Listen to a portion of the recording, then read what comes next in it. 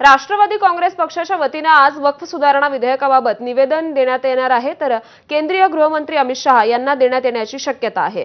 नवाब मलिक यांच्या नेतृत्वात एका समितीने नुकतंच एक निवेदन तयार केलं असून ते पक्षाचे राष्ट्रीय अध्यक्ष अजित पवार, प्रदेशाध्यक्ष सुनील तटकरे यांच्याकडे सुपूर्द करण्यात आलंय।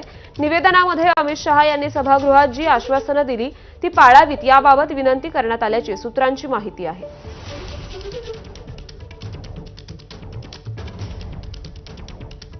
केंद्रीय गृहमंत्री अमित शहांची संध्याकाळी मुंबईत मुख्यमंत्र्यांसह दोन्ही उपमुख्यमंत्र्यांसोबत बैठक होणार आहे। सह्याद्री अतिथीगृहावर होणाऱ्या बैठकीला देवेंद्र फडणवीस, एकनाथ शिंदे आणि अजित पवार उपस्थित राहतील। काल रात्री पुण्यात अमित शहा आणि एकनाथ शिंदेंची चर्चा झाली, तर दुपारी अमित शहा सुनील तटकरेंच्या निवासस्थानी स्नेहभोजनाला जाणार आहेत। त्यामुळे संध्याकाळच्या बैठकीत पालकमंत्री पदावर तोडगा निघणार का हे पाहणं अतिशय महत्त्वाचं ठरणार आहे।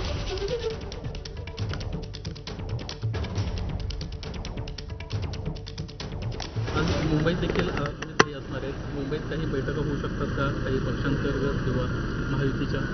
मुंबईत एक कार्यक्रम एका मॅगझिनचा त्या ठिकाणी आहे।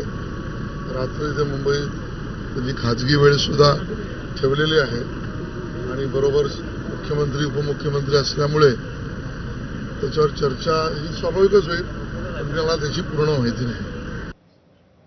पुढची एक महत्त्वाची बातमी बघूयात। सरपंच देशमुख हत्या प्रकरणात